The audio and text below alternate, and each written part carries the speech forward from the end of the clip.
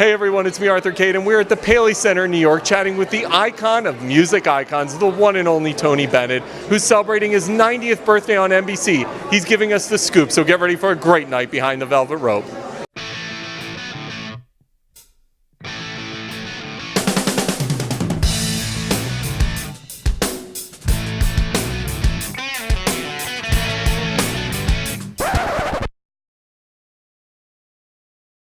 Hey everyone, it's me, Arthur Kade. So 90 years down, Tony Bennett, do you think you have another 90 in you or what? I don't think so.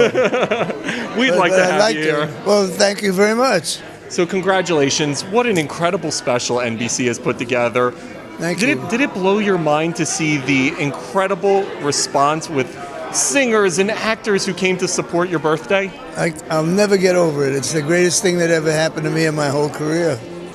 Your music has transcended generations. Why do you think all of these different generations have continued to listen to Tony Bennett? Well, I never tried to get a hit record because they only last about 6 weeks or something and they're forgotten. I've always worked on quality. So every record I've ever made was very well written by some very talented composers. So I've never done a bad song. You have had the opportunity to collaborate with the greats from all generations, Lady Gaga recently, and I talked to you about that last time I spoke with you. Who are 2 or 3 people that you haven't worked with that you would just love to work with? Well, believe it or not, I never worked with Louis Armstrong.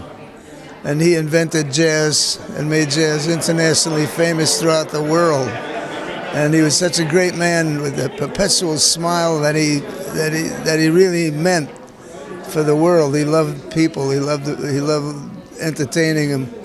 I knew him personally, but I regretted that I never performed with him. Talk about a star-studded array of people who came to support. I know. Was it easy? I mean, was it just like, hey, we're having a special for Tony Bennett, and just people just line up in droves? But I wanted this to be a celebration and less of a tribute.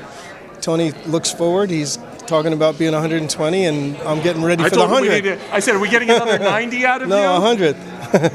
That's the next one. So no, and it's a love letter to Tony, and it is easy, and the people that we chose to reach out to are all family. They're all meaningful. These are people who had something to do with Tony's career through the ages, and also I wanted it to be an homage to the TV career that Tony spanned from 1951, being on Ed Sullivan's show. He was the first performer with Groucho Marx on The Tonight Show with Johnny Carson.